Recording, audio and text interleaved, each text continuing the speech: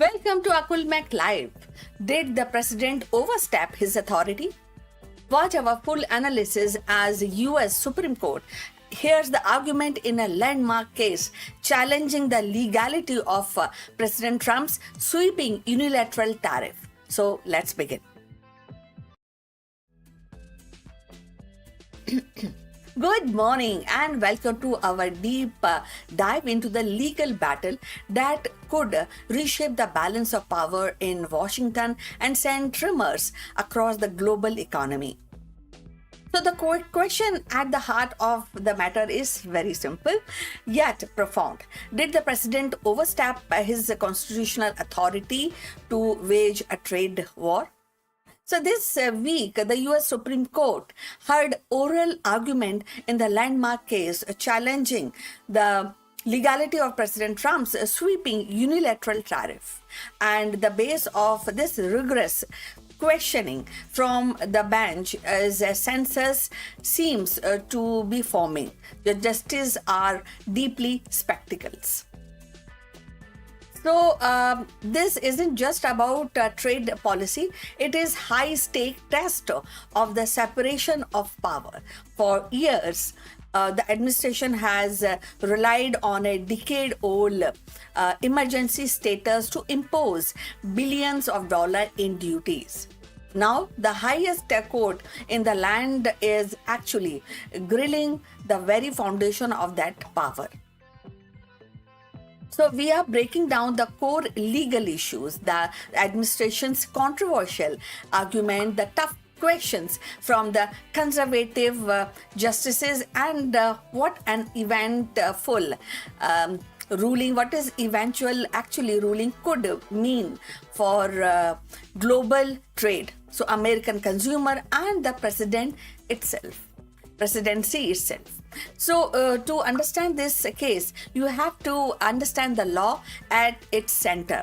The International Emergency Economic Power Act, which was passed in 1977.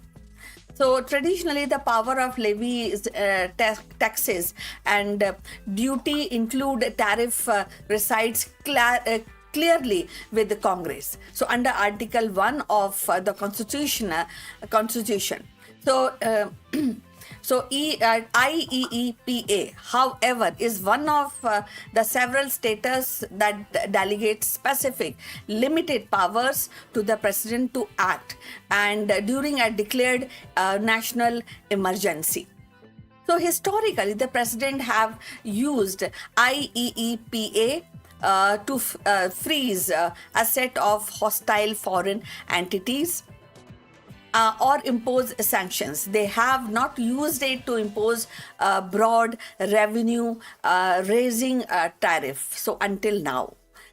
So the Trump administration actually invoked IEEPA, declaring the issue like global trade, like imbalances and drug trafficking constitute an unusual, extraordinary threat to the United States. Under this emergency declaration, the administration claimed that IEEPA's language, which allows the president to regulate the importations and is broad enough to include the power to impose any tariff and on any country at any rate for any length of time.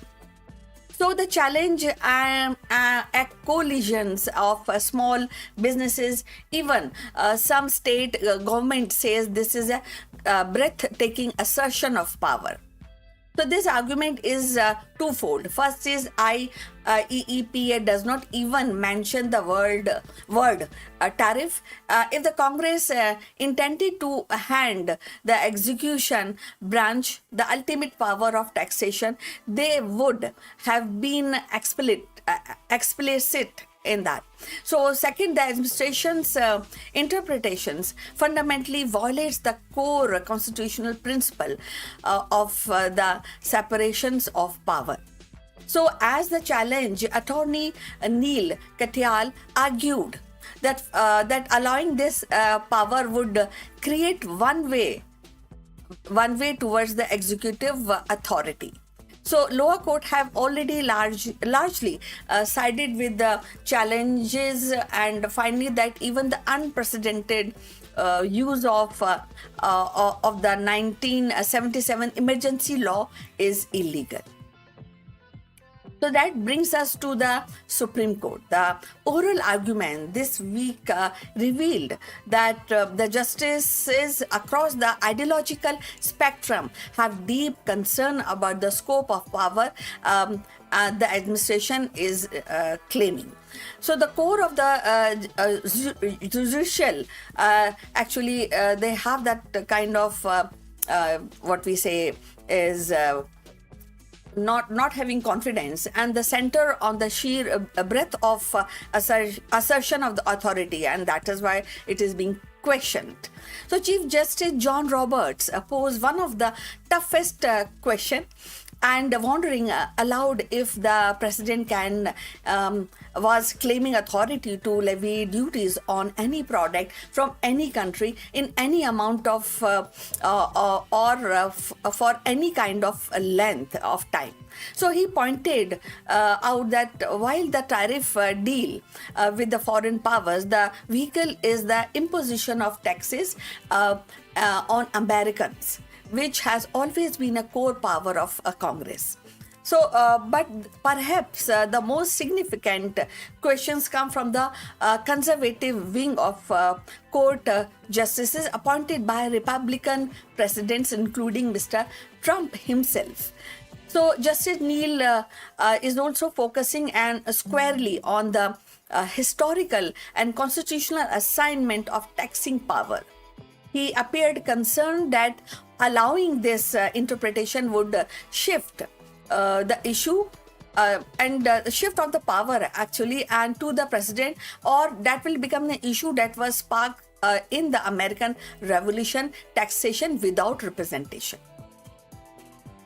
So Justice Amy Coney is also pressed the government's Solicitor General to find any other instances in US law where the phrases regulate importation has been used to confer the power to impose tariff. So the administration struggled to provide a direct parallel. The government's defense put forward by Solicitor General was that these tariffs are merely regulatory and not revenue raising, and that the money they collect, which is billions of dollars, were only incidental. So this argument was met with open directions of some of the liberal justices, and with the Justice Sotomayor pointing out that in effect a tariff is a tax. So the court conservative majority, who has recently utilized the major questions doctrine to strike down other sweeping executive actions, now face a test of that very principle of policy, and that is enacted by executive from their own side of SL. So the doctrine holds that if the executive branch claim authority to make a decision of vast economic political significance, and $1 trillion tariff regime certainly qualifies, Congress must have given that power explicitly. So the legal battle is intellectual, but the stakes are intense, practical, measured in both dollars and global influence. So the money, if the let's just discuss a little further.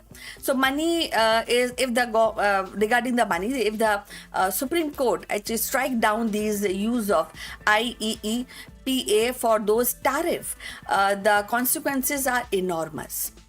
So the US government has collected nearly $90 billion under the authority alone. Some estimates suggest that the total financial liability for the loss could be in the hundreds of billions or even $1 trillion.